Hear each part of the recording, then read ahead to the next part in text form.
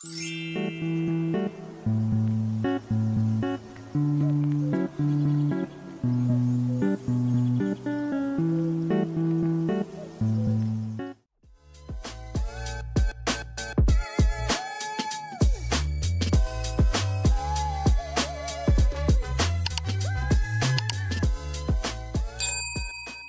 ko dyan. Ano pong halaman to? Tumubo sa puno ng akasya. Ayan. Ang ganda tingnan. Kabalot pa siya.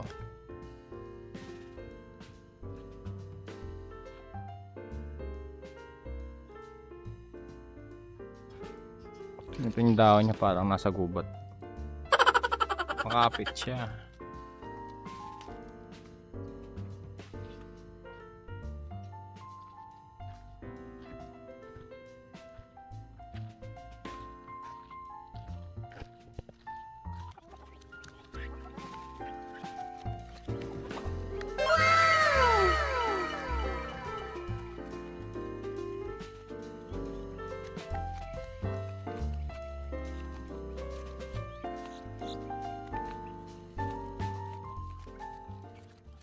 Sisaw lang yung dati yan ah. Gusto maging sa pitch. Ano? Alang, gastos sa pitch. No? Ano, laki na oh. Dati sisiw lang yan.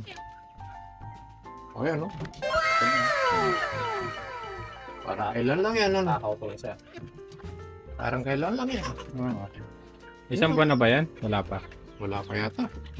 Yan, manok na. Yan mga dyan, ba lumabas?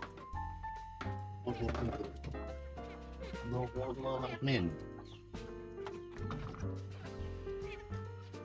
Ano ka pa? Sarap ng pagkain. Bilis yung lumaki. Pagka-puro feeds. Pwede na pakawalan, kaya lang eh. Awawa naman. Walang makakain dyan. May tanim yung bukid eh. Walang makakukuha ang pagkain. Ay kung walang tanim, pwede sila. Ayan dito Cesar. Ano po to? Fish cracker ba to dito Cesar? Iba naman yung fish cracker dito. Parang matagal yung amoy ah. Ngayon talaga amoy ito. Sarap ba? Eh bago eh. Sarap ba yan? Pag makunat luma na.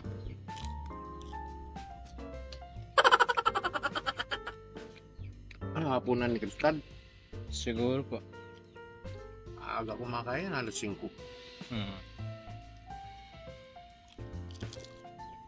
Ayun po. Meron po nga padala po si tita kong.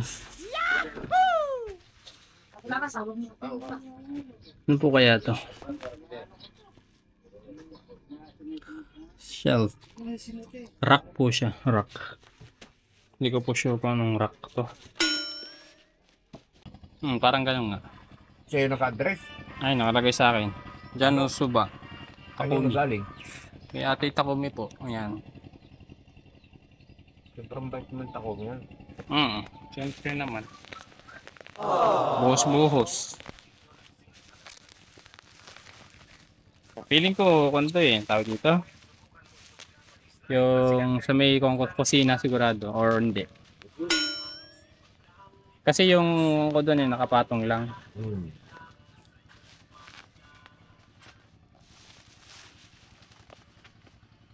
Po. Open po natin.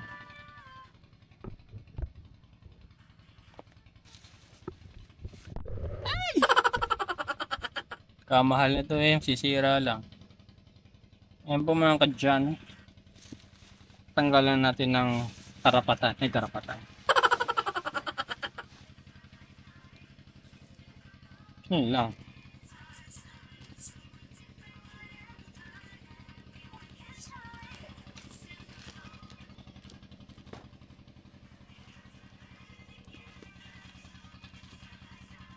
Pwede na laki gunting ko.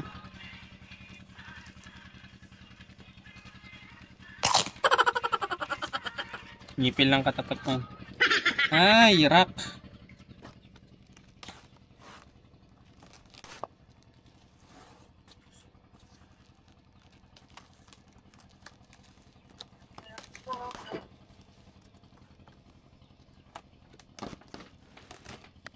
kaya po mga kadyano.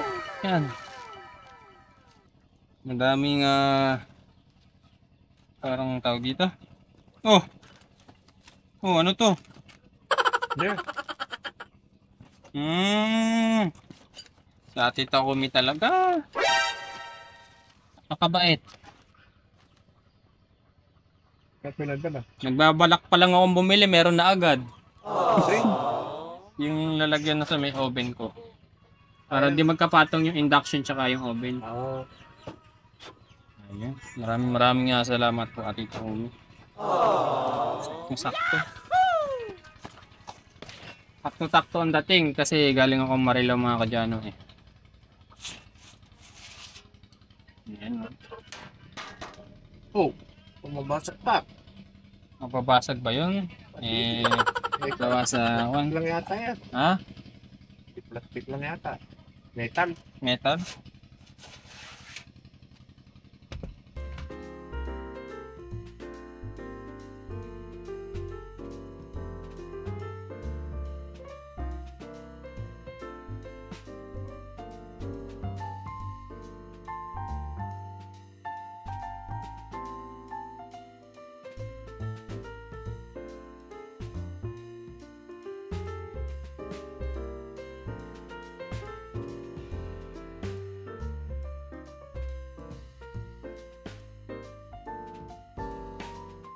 Ayun po mga kadyano, tapos na po yung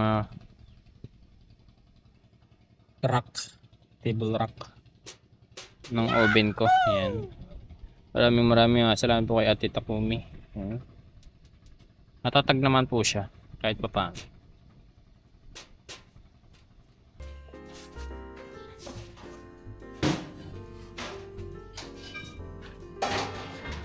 Sakto mga kadyano.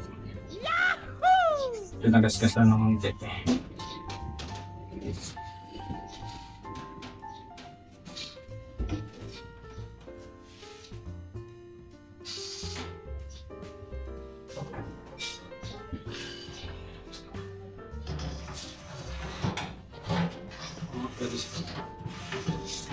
Saya, nakakadyan. Pwede pala sa baba ng mobile.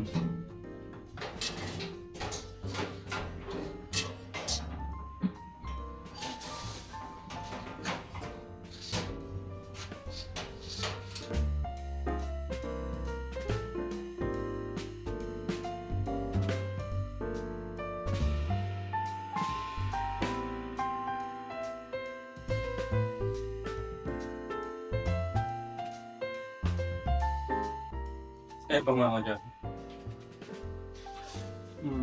Maraming salamat po kay Ate Takumi. Meron na po tayong rack ng ating oven. Saktong-sakto lang pala dito sa baba yung oven. Hindi ko na itataas. Dito na lang yung paglulutuan ko. Ayan. Saktong-sakto. Ito pwede ko pa ito itaas hanggang dito.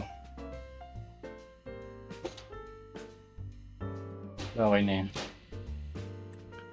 Patungan po ng kaldero. Pwede rin. Sabit.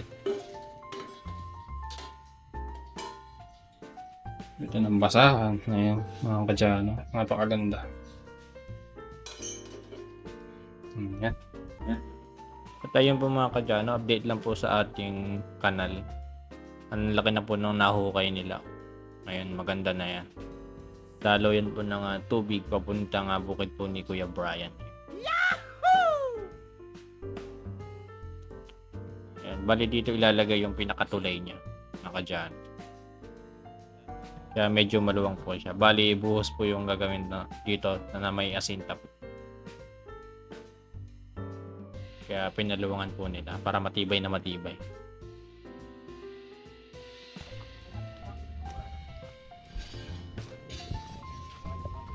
At naglagay na rin pala sila rito sa gilid. Ayan, maganda. Nataasan tong gilid ko.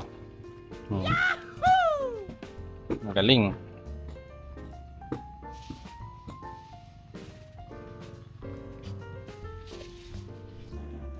Ayan po mga kadyano. Nag-umpisa na po silang magpalitada yung part na yan. At hindi ready na po yung mga bakal para po sa gagawing tulay. At dito, pinapalitadahan na po. Hindi ko po sure kung required ba talaga. Or mostly sa mga nakita ko sa mga irrigation, ganyan po yung ginagawa nila.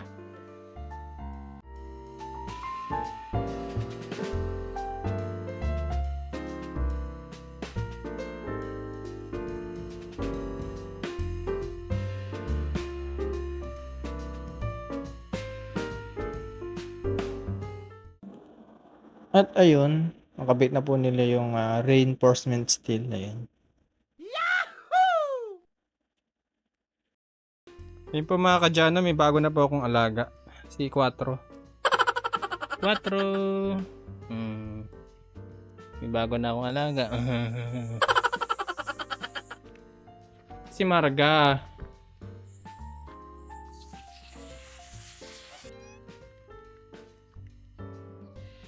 Huwag ka lalapit. Yan ka lang. Delikado yan. Delikado si Marga. Si 4 yan. Huwag mong awayin.